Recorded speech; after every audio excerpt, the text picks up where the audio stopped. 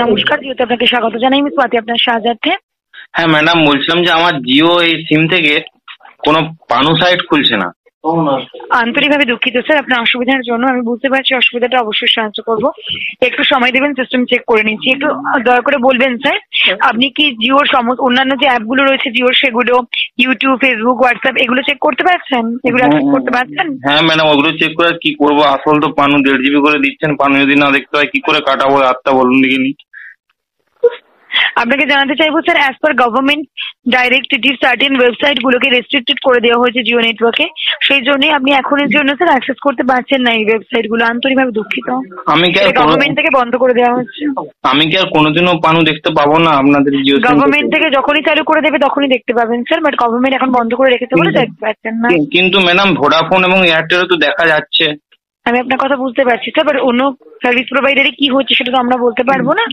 জিওতে বন্ধ করে দেওয়া হয়েছে গভর্নমেন্টের তরফ থেকে। গভর্নমেন্ট চালু করে দিলেই আমরা চালু করে দেবো, কোনো অসুবিধা নেই স্যার। ম্যাডাম এই 1-2 দিন হলো রিচার্জ করেছি, কিন্তু এখন যদি না দেখতে পাই তাহলে আমার তো নেট গুলো বেকার যাচ্ছে। সরকারের উপর দিয়ে তো কোনো কোম্পানি কথা বলতে পারবে না স্যার, সরকার তো সবার উপরে।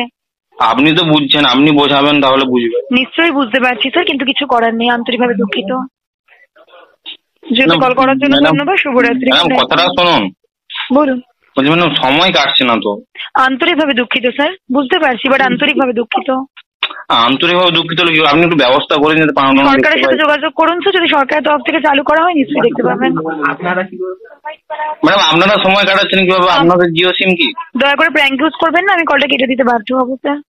ঠিক আছে ম্যাডাম, কেটে দিন তাহলে। আপনার কথা শুনে খিঁচে নেবো কি? আপনার ইনফরমেশন নেওয়া হয়ে গেলে কলটা ডিসকানেক্ট করবেন। অভদ্র ভাষা প্রয়োগ করবেন না স্যার, ভদ্রভাবে কথা বলুন, এটা প্রফেশনাল লাইন। আচ্ছা ম্যাডাম, ধন্যবাদ, থ্যাংক ইউ। আপনার হোয়াটসঅ্যাপ নাম্বারটা দিবেন পান পাঠাতেন যদি। কাইন্ডলি প্র্যাঙ্ক ইউজ করবেন না, আমি কল ডিসকানেক্ট করতে বাধ্য হয়ে যাবো। প্লিজ ভদ্রভাবে কথা বলুন, এটা ঠিক আছে প্রফেশনাল ম্যাডাম, লাইন। ঠিক আছে ম্যাডাম, করে দিন।